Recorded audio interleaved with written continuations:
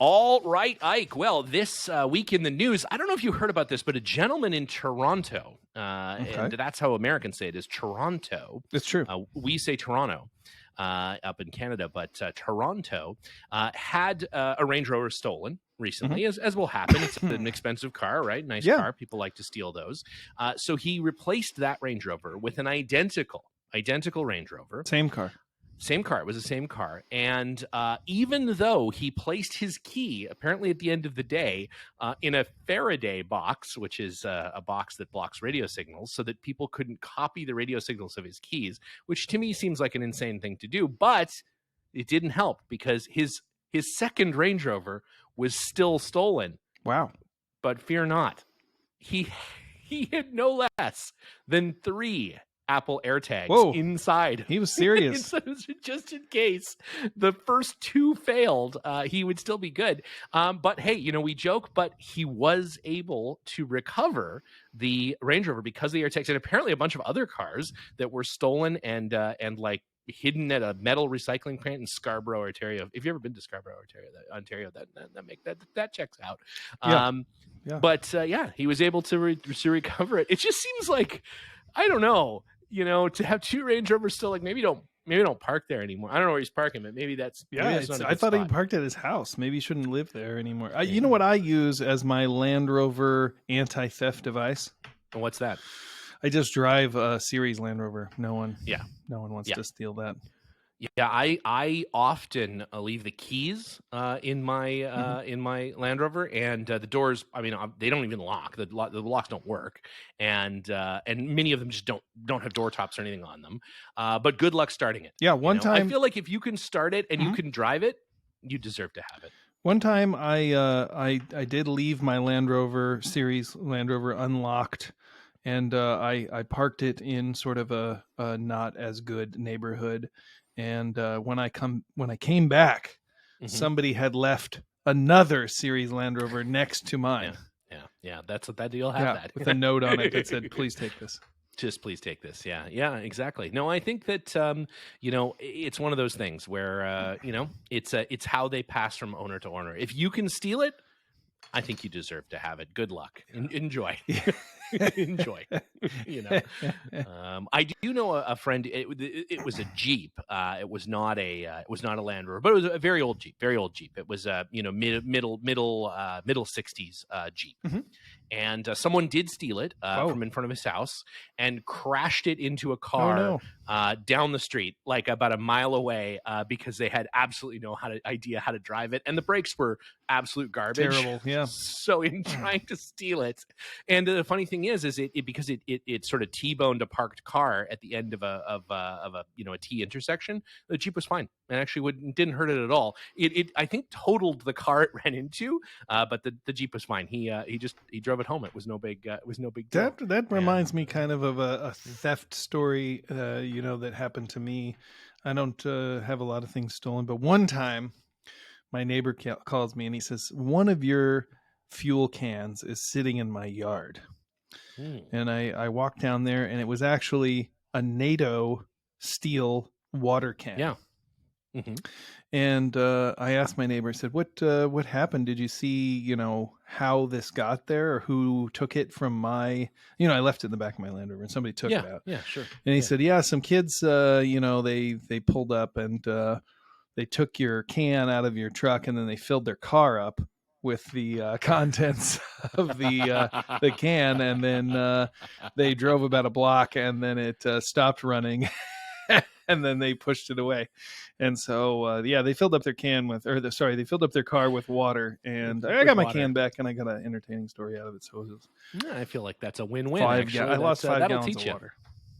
Yeah, that's true. That's true. That's too bad. That's too bad. Now, speaking of losing 5 gallons of water, the brand new Land Rover Defender is apparently there's a class action lawsuit over some flaws with the windshield, that they are not apparently great. I mean, famously, my Discovery, the Discovery 5 that Liza and I had the very famous leaking windshield, where when you came to a stop, the dome light would leak water. Oh, similar to I had a Series 3 that did that as well. I had a military truck cab Series 3. The same thing. When you stopped hard, a little bit of water would come out of the dome light, would kind of slot. It's not a flaw; it's a feature. If it's been happening for 50 years, it's a feature. Yeah. So it was nice that in a brand new Land Rover that happened. But funny enough, we as people have probably seen on social media, we finally got our new Defender, which was one of the Trek Defenders used in the 2021 Land Rover Trek event in North Carolina. Apparently the one that Lindsey Vonn and Joe took pictures with. Oh, nice. No way of corroborating that story, but according to our some friends at Land Rover, that's the, I think they tell everybody. They probably tell everybody that. Now you were on a leadership panel with Lindsay, were you not? I was on an adjacent panel with Lindsay. I do know her, and we were at that event together. She's very nice, and we were at the same. Yes, we were on adjacent panels. I see. I was on right before Wyclef. Well, next time you guys hang out or have tea or whatever, maybe you could have her just sign it, and that might give you a little more legitimacy. Once and for all, for all. Next time, put that story to bed. I'll mention it, but. Yeah, Land Rover did a great little piece of marketing around that event with Lindsey Vonn and her team. And unfortunately, I don't remember the other two ladies that were with her, but one was an automotive journalist and the other was another high-performance athlete. And they did super good. They were beat only by some YouTubers, which like automotive YouTubers, which is, I don't know. I feel like they I would recheck that math. I kind of feel like an Olympian and like another high performance athlete and stuff. It just doesn't make sense. I don't know. I feel like there's some. This reminds me of a recent suggestion that I heard, which is the Olympics would be far more entertaining if it was just like a random draw, and you just got like random people who.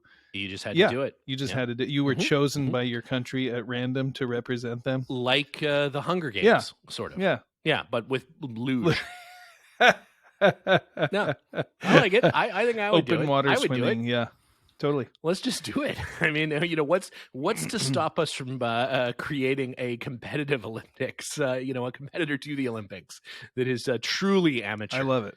I think so. Anyway, so at the end of the day, great, fantastic. Love the new Defender, and I have loved it for some time, which I know will make Dixon very upset with me, but that's all right. I don't mind. I'll take it. The only problem is it was delivered on Friday. Yeah. We immediately left to come up here with it, and we've been camping and stuff all week up through Northern California and up here into Oregon, and it's been great. We've done a bunch of off-roading and stuff with it. It definitely has seen more off-road driving in the first 2,000 miles, probably, than most new Defenders do, and windshield is broken. We've had it for 48 hours, and we broke the windshield. Then maybe there's something to that. Yeah, I got to jump into that class action lawsuit. I guess we did break the shit out of the windshield, but we've had it repaired at least enough now to get back down to California. Nice. And then I did buy the windshield insurance. Lucky. The Land Rover. That'll pay for itself. Fine people at Land Rover said you really should get the windshield insurance, and I guess they weren't wrong. That makes sense. Yeah. Anyways, it's a great car. I think Ike, Liza has been talking about doing a Top Gear style review of the new Defender Trek, like it. The classic Camel Trophy Discovery, and of course, the undisputed king of Land Rovers, the G4 Freelander. What? I think we're going to do a 3-way head-to-head of each vehicle to see which one is the most capable, which one is the most comfortable, which one is the most practical, economical, and just stupid, and which one is the stupidest. I think we know. And so I think we know. Yeah, I think we know too. Whichever one you're driving. That's exactly right. I'm going to back it into at least 3 or 4 things. No matter what. Even with all those cameras and everything on the new Defender, I'm sure I'm going to back it in. Speaking of cameras and footage, I hear that there's a film that has been suppressed. A Land Rover film that is people are clamoring for. What exactly is that? Well, Ike, I think you're referring to as listeners will remember from weeks past, the Widowmaker, Chris and I's forklift over there at the Bears Collection Workshop is the worst forklift of all time, and the handbrake does not work very well. And parking it at the edge of the shop door, defined very a couple well. weeks. Well, at all.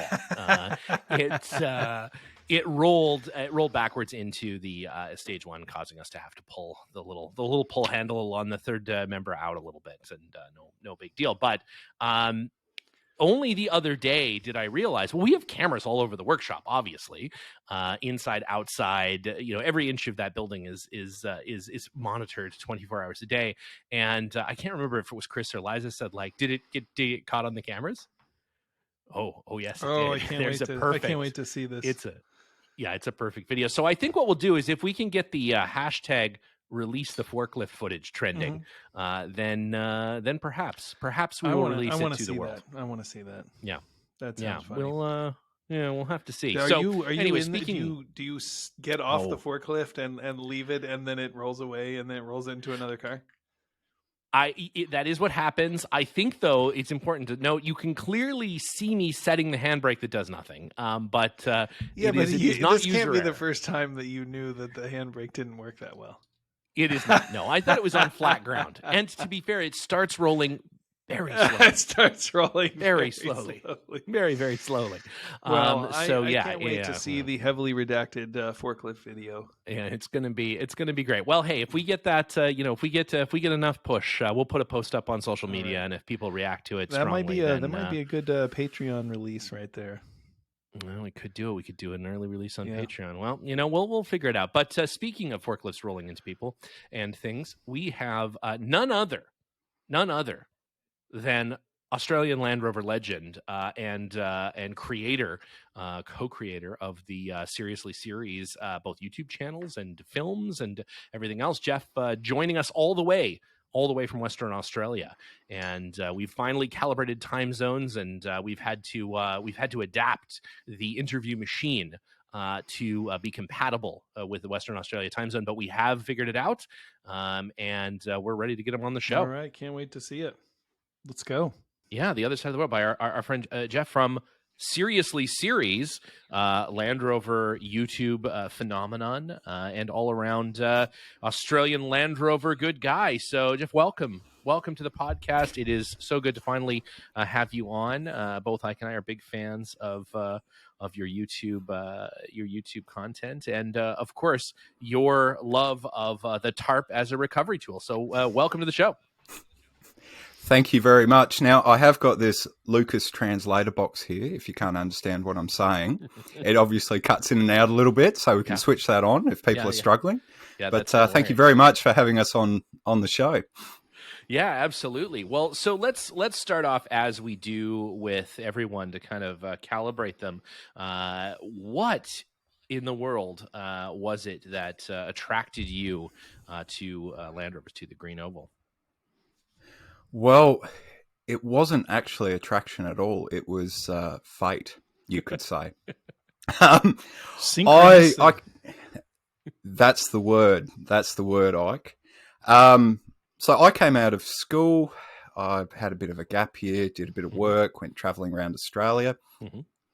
And when you're 18, there's one thing that you want, and it's a brand new car. But you realise really quickly that you can't afford it. So I came up with the idea that maybe I build one, maybe I restore one. Right. And to quote Jeremy Clarkson, how hard could it be? A lot harder than I thought. So I actually wanted a World War II Willys Jeep, but they were too expensive. So I ended up getting a 1961 Land Rover Series 2. Nice. And the more I worked on it, the more I struggled, the more frustration that sort of came out of it. I guess it's almost like Stockholm Syndrome. You kind of fall in love with it. Yep. It captures you into it. You're the prisoner. And exactly. Yeah. Exactly. They keep you poor. Yeah. So I basically pretty much trial and error just sort of taught myself how to do most of it. I was very fortunate, though, the gentleman that I bought it off, he sort of was going through a transition in his life, and he ended up helping out with it a bit and showed me a few tricks of the trade. And that sort of rekindled his interest in Land Rovers again too. So he actually ended up going out and buying another one.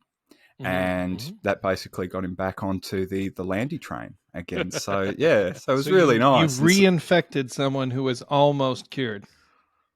Correct, Ike. Correct. Yeah, exactly. Yeah, and now I can say with confidence he's got it worse than me. Oh, he's got something like 15 Range Rovers. Whoa. He's got Series 2s, 3s, yeah. He's got it all now. So it just goes to show you, no matter how well vaccinated you are, it's always the possibility for reinfection. That's you can never be too careful. Well, you can never have enough of a good thing. That's right. And it's only an addiction if you admit that you have to cut back. That's exactly right. And he hasn't admitted that he has to cut back yet. Yeah, that's right. If you don't admit you have a problem, you don't really have a problem, I think. Does he want some more? Well, he's got like 12 acres, so there's still a few little areas he could sneak a few more in. So I like it. Yeah, for sure. Fantastic. For sure. We'll fill up a container and send it your way then. So speaking of a container full of Land Rovers, so what are you currently driving? What Land Rovers do you have? How many Trayback Land Rovers? I was just visiting our friend Jack in Brisbane there, and had a very cool Trayback Series 2, which was like the most quintessentially Australian Land Rover. Of course, it's a Series Trayback, and I believe it was a converted diesel engine as well. So it had like everything you need to be a really legit Australian Land Rover. And I have to say, I just got back a week ago there from Brisbane, and just the general sense of Mad Max-ness in the air there, with every vehicle having a snorkel and a Trayback is fantastic. And like an 80-year-old woman getting out of a Toyota with a Trayback and a snorkel. I mean, this is the greatest country in the world. It's amazing. And then immediately going and fighting a kangaroo. But what do you currently have? What's in the stable? Well, so the Seriously series, we call it a fleet, and it's split over, I guess, two parts of Australia. So we've got a fleet in Tasmania, which is on the eastern side, and then the names of the states here in Australia are pretty self-explanatory. I'm in Western Australia, which is on the western side. Makes sense. Yeah. It does, eh? It's easy.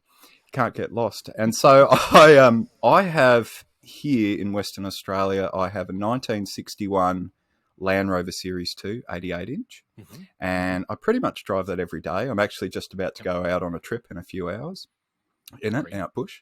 And then I've got a 1975 Land Rover Series 3 88-inch, but that's been all modified for long-range sort of touring here. Oh, cool. 88. And then I've...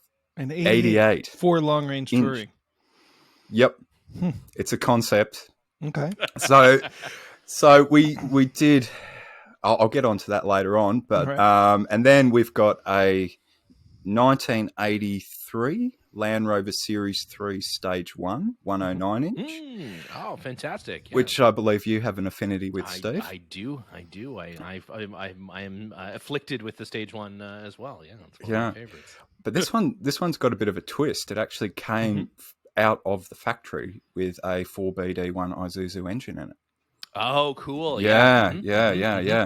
So I'm currently rebuilding the LT95 gearbox in that at the moment. You want and then good Stage 1 owners are doing at any given time. And then we've got a kitted out 1989 ex-Australian Army Land Rover Parenti, which is our support vehicle and camera vehicle. And in tow, we tow a 1966 number 5 trailer, which is a box trailer that was manufactured for the Australian Army in Mackay. Cool. And then in Tassie, we've got a 1951 Land Rover Series 1 80-inch with the, I think it's 52 model, so it's the first of the 2 litres. And then we've got a 107-inch station wagon 1957 model, which is ex-hydroelectric commission, so they built a heap of dams. Cool. And then we've got, what else we got? We've got a 1975 Series 3. Utility, which is Damon's, and that has a GM 202 6-cylinder engine in it. Oh, cool. Which was a popular conversion. Holden, and then we've got a truck. Holden, that's correct. That's correct, Ike. Yeah. And then we've got a Trayback version, and then we've got a 93 Defender 110, and then we've got a 98 Disco 1. Yeah, so that sort of completes the fleet. Wow. Yeah, that's a pretty good set. That is a fleet. I think that Yeah. I would absolutely define that as a fleet. So that's a perfect lead in to sort of why have this fleet. Let's talk a little bit about the Seriously series, I guess, YouTube channel, but also the whole sort of brand. Yeah. So what was the idea behind that? Where did you get started with the idea, and where did the YouTube videos come about? What gave you that inspiration? Well, once again, it was fate, Steve. Yeah. So back in 2014, I sort of had, I guess we all come to crossroads in our lives, and we come to a pivotal point, and we have to decide, do we turn left, do we turn right? And basically, I'd come out of university. There wasn't really any work prospects. Tasmania at that time, where I was living, had gone into a recession. The largest industry in the state, the forestry industry, had collapsed. So there just wasn't a lot happening. And while I was at uni, I actually ran a Land Rover spare parts business, and that actually paid my way through university. So that's one of the reasons how we collected all these Land Rovers, And so I knew there was work in Western Australia, and I just had to figure out how to get over there. And I thought I could hop on a plane, but once I fly over there and I start looking for a job, I'm going to need a car.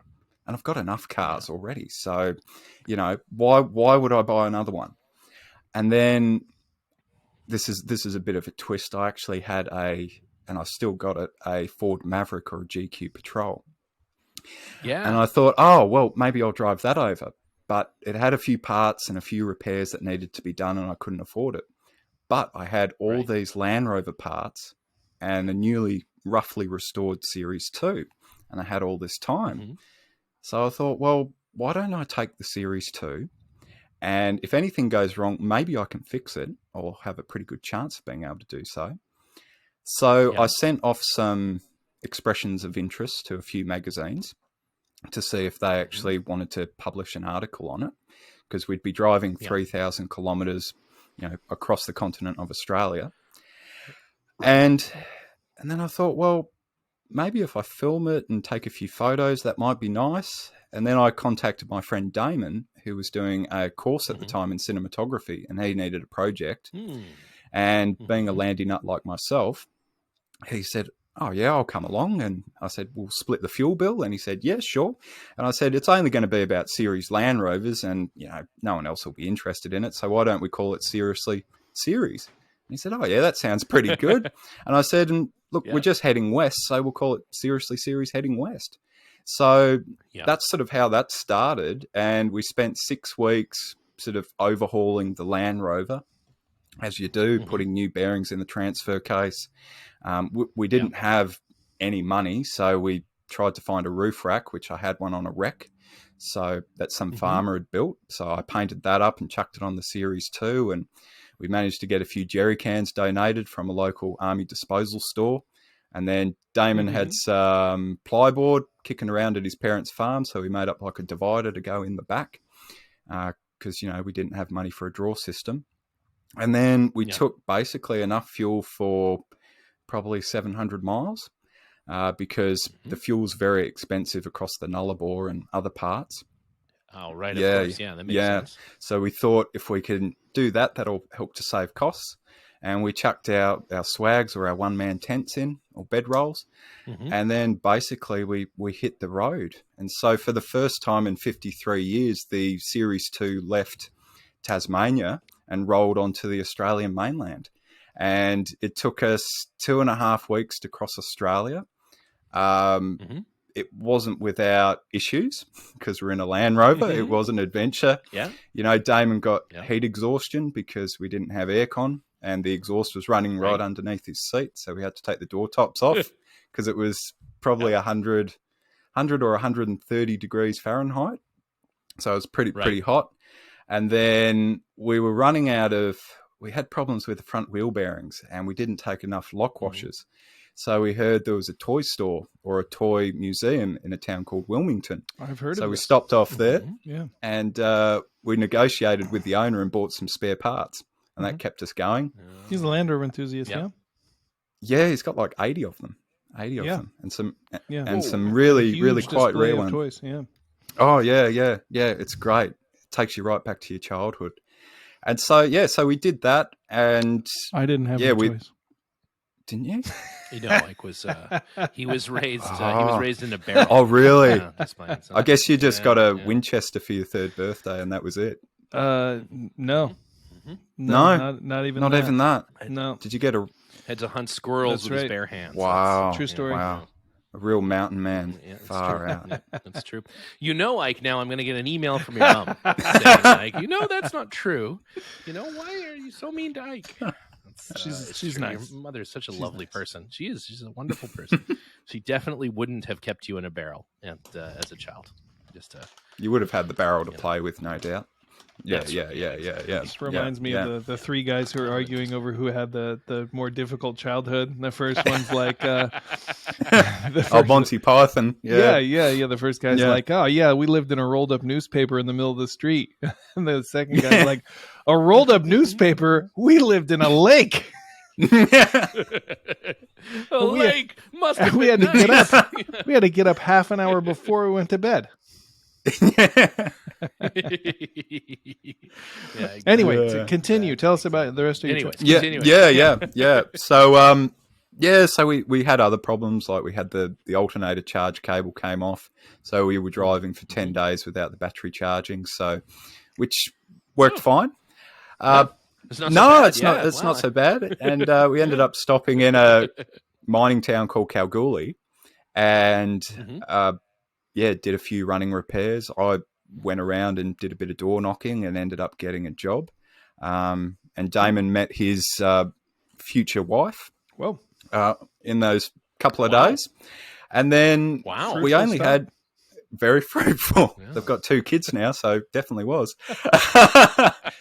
And so we pretty much were down to our last sort of $150. So we spent $100 on fuel and $50 on food. And then we had, another 600 miles to basically get to the coast. And we were probably, 30 miles away from the coast, and we were down to our last jerry can. So we tipped that in, and we pretty much just made it. And so the next day we drove down to the beach, and we put the front tires of the Series 2 not right into the water, just near it, because we don't want it to rust. And that was the first time it's ever seen the Indian Ocean, so it was pretty remarkable. Wow. And so that sort of, and you still have that car is still with you? You still have that? Yeah, car? That's the Series 2 I drive every day. Yep. Oh, that's amazing. Yeah. That's so cool. I've had that since I was 18, and I paid probably $250 for it. Yeah. Back then. So yeah. And subsequently, $20,000 in price. Oh, definitely. Definitely. Lots of love. Lots of love. Exactly. Well, that's super cool. So then that film, you guys turned that footage into a film, essentially. Yeah. So we turned it into what you used to call it back then, a web series, and we put it up on YouTube. But more for ourselves, we didn't know what we were doing. We didn't know if we'd make it or not. And we did, and we really enjoyed it. And Damon, went off, and he ended up working with the BBC and filmed a David Attenborough documentary. And that's how he picked up a heap of really good skills and camera gear. And so I'd gone off and started working as a geologist, but I sort of found at that time it wasn't really for me, but I love doing these Land Rover trips. So I said to Damon, why don't we do another one, and let's try and aim for film, aim for TV. And a friend of mine, Ben, suggested this Canning stock route, which is 1,100 miles, and I think it's the world's longest track. Crosses like some 3 or 4 deserts. And, there's no towns, there's no Starbucks, there's no, forms of civilization across the entire length. Stephen couldn't go. No. I can bring my own Starbucks with me. I have a way to pack it with me now, so that's all right. It's okay. Well, you'll like this. Right. There's a lot of guys running around in those other land derivatives here with macchiato or mochaccino machines in the back and all the rest, and kale smoothies. So yeah. I have. I'm a big fan, as I'm sure you are, of Ronnie Dahl, and every time he does a rig review of somebody in the Western Australia Trayback off-road vehicle reviews, a lot of them do have the coffee machines built right into them. I have to say, I have a little hand pump one that lets me make a single espresso, which is fine. It's good enough for me. But yeah, man, I got to get into the Ronnie Dahl, fully built out, sort of Starbucks barista situations in the back of my Land Rover. It's because we don't have Traybacks here. If we did, I'm sure we could figure out how to make that work. But it just seems a bridge too far for North America. Well, look, Steve, you get Jack to sort one out for you, Dobbo down under. Ike and I'll bring all the tools and the actual cold cappuccinos, the beer, and I think we'll be sorted. Yep. I think so. I think it's I think that sounds like the makings of a perfect internet Land Rover collaboration. We'll have to make that happen. I know Jack would be game to lend us a Trayback or two. He's got an electric one that he's working on, a Series 3, I believe, electric conversion that he's working on. That might be a fun thing to do. I imagine in the Outback there's not a lot of high capacity rapid charging points. Maybe there are. I don't know. No, there's You have to recharge it with an exercise bike. Pretty much, yeah. Or put a solar panel out and just have a long wait, Yeah, that's right. That's fine. We're not in a hurry. No. We'll get about 200 miles every 3 or 4 days. It is actually quite funny, though. Some of the remote towns out here do actually have charging points, though. So, sure. So you just have to probably pick those out and chuck it into your GPS or navigator and figure it out. And we'd have to spare 5-10% of the battery for the cappuccino machine. Oh, definitely. But other than that, it'd be straight ahead. So then after after sort of figuring out, okay, well we're gonna do this little bit of a film then. Sort of what happened from there? What was the next step? So from there, we decided we were going to chuck everything in. It was going to be all in. Mm-hmm. With the good help of a good friend of mine, Ben Broder, who was managing a four-wheel drive store, he put us in contact with ARB, and we sat down and we fleshed out a sponsorship proposal. And so we pursued, we got ARB on board, we got Expedition Centre or Front Runner, we then got Tyre Plier Engineering, Icon Radios, Toyo Tyres. Got a few magazines interested in it also. Mm-hmm. And then that took basically 2.5 years to put together. And then because of the sheer distance that you have to do with the Canning stock route, I didn't like the idea of cutting up the Series 2. That's just too special. It's your first. You don't do that. Yeah. So I thought, new series, new Land Rover. So I put an advertisement out there on we call it Gumtree down here, or same as Craigslist, or Craig as we call it, and basically asked if there was any 88-inch Series 3 Land Rovers getting around, because they're quite rare. And there was in a small town called Meekatharra. Did you get a game model? No, it's not that game. It's not that game. For those of you not familiar, the game is a special Australian edition Series 3 88 that has factory mud guards, around the fenders, and it has a black and yellow sort of paint scheme and a bull bar, I think, and little corner protectors on the rear wheels and special spoke wheels, and it's a fancy Australian model. It's got bling, Ike. Because they're alloy. No, they're not alloy. They're chrome-plated rims, actually. Yeah, they're fancy. Yeah. They're steel spoke rims, so they look a little different than the normal Series 3s. Yeah. I always like to see those game models. They're neat. And those rims are quite rare because, as we know, the oil sweats out and then goes onto the chrome, and then pits all the chrome. Right. So if you can get a good rim, you know, you've hit the big time. So what did you end up finding? Just a regular 88-inch Series 3.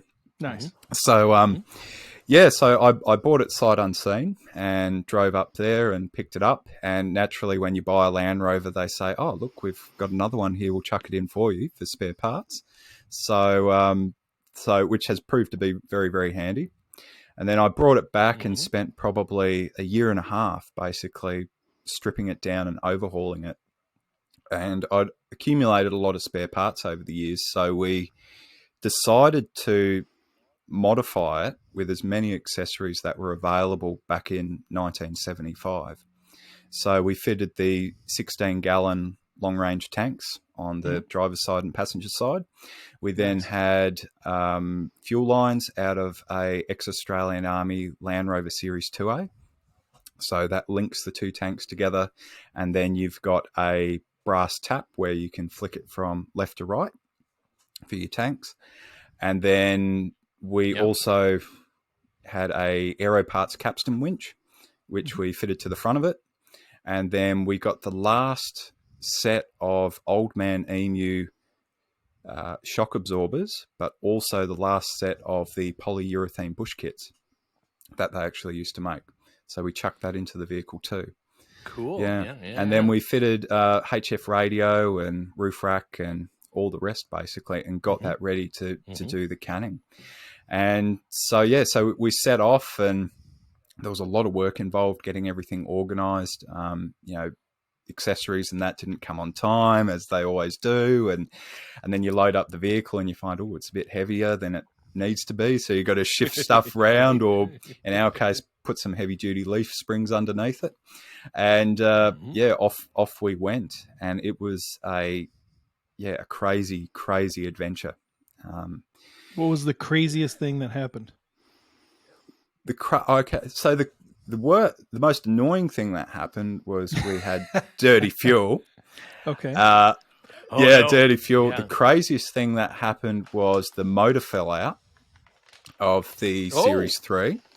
But luckily, where we were parked up for the night, they'd just bulldozed an old windmill, an old Southern Cross windmill. And they're from the 1930s, and they're all held together with Whitworth bolts. So I had my Whitworth set of spanners and sockets, so I was able to take some of the bolts out. And then Damon's a bit of a farmhand, so he went off and procured some old fencing wire. And we created essentially a cradle by putting 2 bits of angle iron across the wings of the Series 3 at the front. We'd taken the bonnet off by this stage anyway, because it just got in the way when you're working on the engine all the time. And we twisted the motor and the transmission back round to where it should be, jacked it up, and then put heavy gauge fencing wire under the front and under the back of the motor. And then one of the gearbox mounts had actually shattered too. So we stuck that all back together with Sisaflex, drilled a hole through it, and then put a Whitworth bolt through it, and then bolted that back in place. And this was after we'd snapped our axle too, so we were driving on the front axle. So all the rubber mounts are what failed and caused the engine to come out of your car? Pretty much, yeah. But it didn't damage the radiator? No, we still had one left. So we were very fortunate, and we weren't braking too hard at that stage. So it wasn't going to, chew its way all the way through and come out the front as they do. Sometimes. Yeah, sometimes. Wow. Yeah. And there was heaps of other stuff that, came up along the way. And now this all did culminate in a film project, right? At the end of that, you did create a BBC-esque documentary of this trip. Yeah? Correct. After the trauma had settled and the dust had settled, Damon did a fantastic job, and he actually edited it into a film, which took us a good couple of years to do, because it's a bit of a bit of a learning curve. And we pretty much had it ready in, I think, 2017. But then Damon's actually in the Army Reserves here, or the Home Guard. and he got deployed to Afghanistan. So we actually had to do the final edit via text message while he was on a base in Afghanistan. So we finally got that done. And then, COVID hit. So we were like, we can't get it out to the film festivals that we wanted to get it out to. Right. So we ended up distributing it through a few cinemas here. And basically I'd go to the cinema, we'd do a showing, and then we'd have a Q&A afterwards. And now things have obviously calmed down, as you know, with COVID. And now it's hitting the international film circuit. It's on Apple TV here in Australia, and we're hoping to get it on your correct Apple TV over there in the coming months. Everyone can enjoy it. So our goal is to try and get it out to as many of our fans and followers, which we've got, because everyone's, spent time watching our videos. They've either helped us out in some way, and we're really big on trying to give back to the community. That's awesome. So where can people go to, to either, get the film, pay for the film, or perhaps even see it at a festival near them? But where do people see it right now? So it's just finished showing in Toronto at the moment, the Toronto Liftoff International Film Festival. It's currently showing at the Liftoff International Film Festival in New York, which will be shown there for a month. There's details on our Facebook page where you can actually just buy a ticket and you can watch the film and heaps of other films that are available there. And as I said, it will be available on Apple TV in the coming months in your part of the world. Nice. And fantastic. We're working on the UK as of next, and then in 2 weeks' time, it will be shown at the Garden Route International Film Festival in Mossel Bay in South Africa. So, so it's slowly getting around, but it's entered in 27 different international film festivals around the world. So we've pretty much got everywhere covered. Yeah. So if you follow us on social media, it'll pop up in your part of the world at some point. How's the reception been to your film? Yeah, it's been good. It's been good. It's actually been a really interesting experience, Ike. Here in Western Australia, because a lot of people have done the canning and all the rest, they sort of understand all the stuff that went wrong. And so it's almost a bit of like the gods must be crazy kind of reception. A very dry comedy, which it is sort of. It's ridiculous, the stuff that goes wrong. But the further you get away from Western Australia, and particularly showing it overseas, people haven't seen, this part of the world. Most people in Australia haven't. So the reception is a lot more sort of sobering, I guess. People enjoy it, but they're just sort of taking in, the amazing drone shots that Damon got, the red sand dunes, the mountain ranges that are out there and all the rest. So it's been good. It's been really positive. That's sort of a legendary, trip or track there through the Australian outback. So I think a lot of Land Rover enthusiasts especially are, familiar with it at least, but, maybe they've never been there. Maybe they've never seen a film about it, but I'm sure they'll be excited to watch your film and sort of get a sense or a taste of what that place has in store for them. Sounds like lots of aggravation. Yeah. Character building, Ike. Type 2 that makes for the best. That makes for the best entertainment, anyways. That's why we all love fail videos so much. That's right. We enjoy seeing someone's struggle. So, that's fantastic. So people can find out your Facebook page and obviously the YouTube channel. You've got great content. Even some tarp-based content going up there, which, as you know, we are obviously fans of. Ike and I have been up here in Oregon shooting some brand new tarp-based content, so that'll be good. Nothing nearly as practical as your tarp tip, though. All nonsense. We specialize in nonsense. So. But great videos on the YouTube and just generally speaking, like a really great sort of brand. And can't wait. I was going to try to watch the film here, but we'll see. I'm going to be in New York in 2 weeks, so maybe I'll try to catch it at the festival. I'm looking very forward indeed. But Geoff, of course, we can't let you go as it is part of the guest contract to run our own gauntlet. Oh, yes. And that is, of course, the famous Ike Goss lightning round questions. So, Ike, take it away. All right. Are you familiar, Geoff, with the lightning round? I am. I've stretched and lumbered up for this. I've been practicing all week. All right. Let's so do you it. know that it's short questions and brief answers and sort of a rapid fire succession. Is that right? Pretty brutal. Yep. All right. Are you ready? Are you ready for this? Born ready, Ike. Let's do it. Right. Okay. Bronze or Eastnor green? Eastmore green. Leaf springs or coils? Leaf. Petrol or diesel? Petrol. Manual or automatic transmission? Definitely manual. GPS or astrolabe? Well, I'm actually Geoff, so I call it a Geoff positioning system, so GPS. GPS. All right. Didn't expect that. Nice. I always know where I am. Yep. Bias ply or radial? No. Oh, it depends. No, it doesn't. Quick answer. What's Radial. Ooh, radial. All right. And the best way to remove gear oil from your underwear? Ooh, truck wash. Truck wash. I like it. Ooh, yeah. I like that. It's a new Not one. always Yeah, practical, but I all like right. it. So you but you effective. just wait Effective. until you come across a truck wash to do that. I actually always carry a little bit for cleaning my hands. Do you remove them? Wait. Yeah, Do you remove them before you use the truck wash?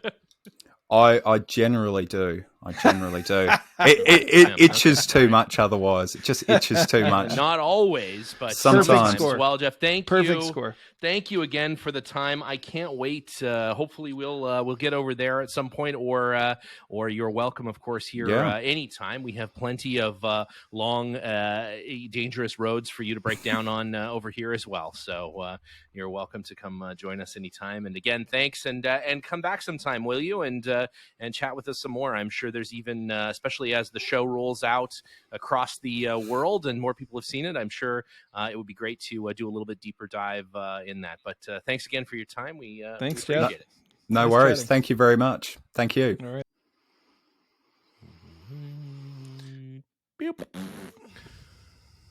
All right. Well, super fun to talk to Geoff. Man, that guy is amazing. It sounds like a pretty fun trip. Anytime your motor falls out and you keep going with baling wire and parts of an old windmill, that's a great trip.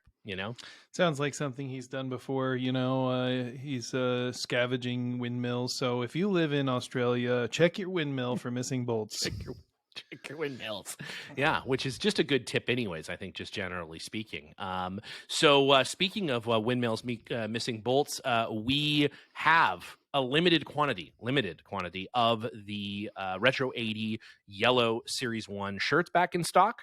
So head on over to the Underpowered Hour store. Yeah, if you guys have seen this design, it is killer. Yeah, Daniel Tomlinson of Retro 80 really knocked it out of the park. This has been an extremely popular one, and we've never really made anything popular before, and I guess we still haven't because Daniel made them. But you should definitely get your hands on this. We won't be able to keep them in stock, I guarantee it. No, this is probably the last run we'll do. We've got some other things coming up, some different designs from yet more Land Rover centric artists, and we want to try to feature that and make this stuff as exclusive as possible. But there was simply such an overwhelming outcry that we were sold out of certain sizes that we went ahead and did a second run. So head on over there and get those shirts. We'll ship them off to you to enjoy in your Land Rover or in your Land Rover adjacent activities.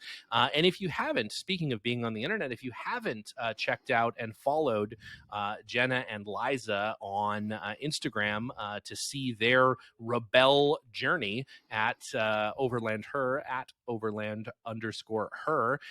that's their